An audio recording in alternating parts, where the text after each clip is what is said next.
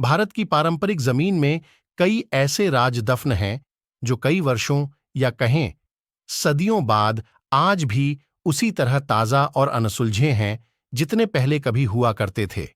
ये रहस्य कुछ ऐसे हैं जिन्हें जितना सुलझाने की कोशिश होती है ये उतना ही उलझते जाते हैं। ऐसा ही एक राज राजस्थान के जैसलमेर जिले के कुलधरा गांव में भी दफन है। यह गांव पिछले 170 सालों से वीरान पड़ा है। एक ऐसा गांव जो रात ही रात में वीरान हो गया और सदियों से लोग आज तक नहीं समझ पाए कि आखिर इस गांव के वीरान होने का राज क्या था। कुलधरा गांव के वीरान होने को लेकर एक अजीबोगरीब रहस्य है।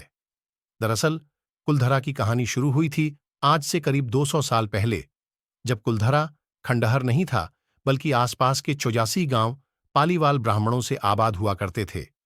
लेकिन फिर जैसे कुलधरा को किसी की बुरी नजर लग गई।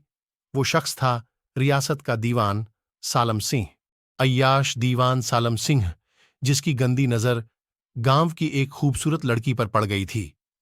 दीवान उस लड़की के पीछे इस कदर पागल था कि बस किसी तरह से उसे पा लेना चाहता था।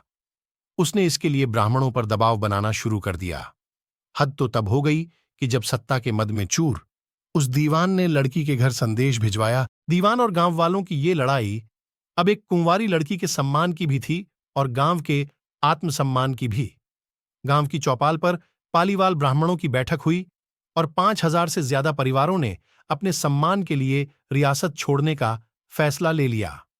कहा जाता है कि निर्णय लेने के लिए सभी 84 गांव वाले एक मंदिर पर इकट्ठा हो गए और पंचायतों ने फैसला किया कि अगली शाम कुलधरा कुछ यूं वीरान हुआ कि आज परिंदे भी उस गांव की सरहदों में दाखिल नहीं होते।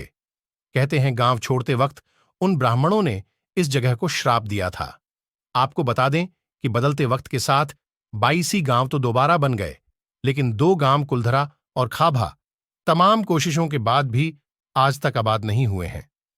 ये गांव अब भारतीय पुरातत्व विभाग के संर ये से और वीडियो देखने